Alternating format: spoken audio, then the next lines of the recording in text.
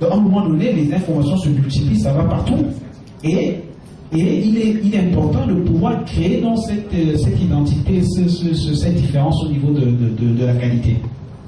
Donc, c'est pour dire en réalité que la presse dite traditionnelle a véritablement sa place dans l'univers des médias, malgré la présence et tous les impacts de la révolution numérique. Maintenant, c'est une question de mettre en place des stratégies pour pouvoir mettre en avant tous ces éléments de valeur ajoutée.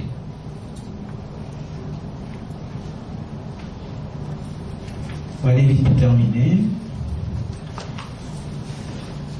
Que doit faire la presse maintenant face au numérique?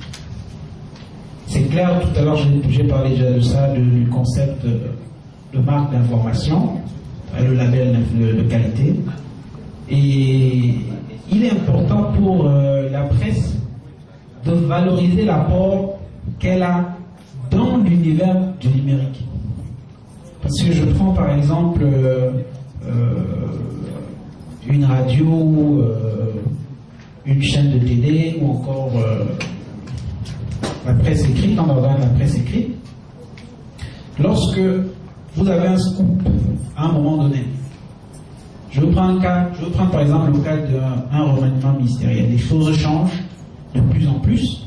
Vous allez vous rendre compte que ces plateformes-là qui sont décriées par vous, professionnels des médias, sont beaucoup plus réactives. Quand il y a un remaniement, ils suivent ça à la radio comme vous et moi, mais ils balancent ça sur leur site. Or, les autres sites attendent le lendemain, quand le journal va sortir, et il y aura un article qui va avoir les éléments de ce remaniement pour publier l'article. Donc, à force de savoir que je n'ai pas l'info à temps suffisamment tôt sur ces plateformes, les gens vont se désintéresser de cette plateforme. Ils vont aller où ils ont l'information avec une relative instantanéité. Et ce n'est pas évident parce que ça a des coûts. Tout ça coûte. Donc c'est bien déjà d'avoir une plateforme. Ça a coûté aux journaux, aux différents médias d'avoir cette plateforme. Pour en assurer la maintenance, l'hébergement, tout ça, ça coûte. Mais maintenant, vous vous rendez compte au niveau de ces professionnels-là, ils voient leur plateforme Internet comme un centre de coût strict.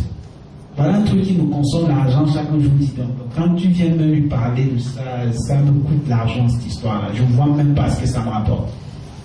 Parce qu'il paye quelqu'un pour faire des mises à jour, il paye ceci, et il ne voit même pas ce que ça rapporte. Donc l'idée, c'est de véritablement définir des stratégies qui sont en phase avec l'évolution de l'État.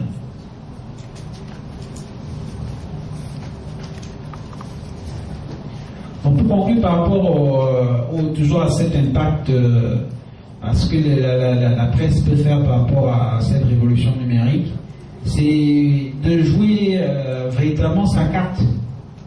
Parce que l'information de qualité a un coût et elle peut être vendue. Et si des stratégies sont mises en œuvre, ça peut véritablement générer des revenus pour ces plateformes-là. Il y a également le fait de sécuriser l'environnement juridique, parce que si des efforts sont faits techniquement et qu'en termes juridiques, rien n'est protégé, chacun va dans tous les sens, chacun fait ce qu'il veut, vous allez voir que tous les efforts qui seront faits de l'autre côté vont être complètement amortis. Donc, également en termes de stratégie, que ce soit la distribution, que ce soit la rentabilisation de ces plateformes, il y a également des choses à faire dans ce sens. Et il est important pour la presse dite traditionnelle de rechercher de nouveaux financements, parce que pour être présent au niveau de l'univers numérique, au niveau de cette plateforme-là sur Internet et autres, de façon effective, efficiente et générer des revenus, il faut faire des investissements pour assurer le développement numérique de son organe de presse.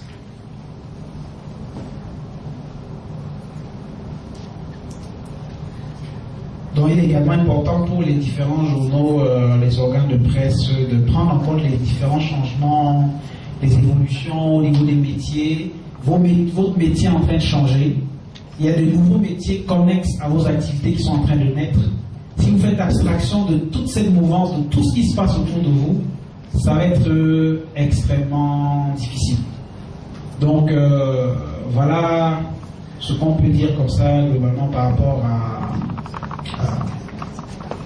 à l'impact. Hein.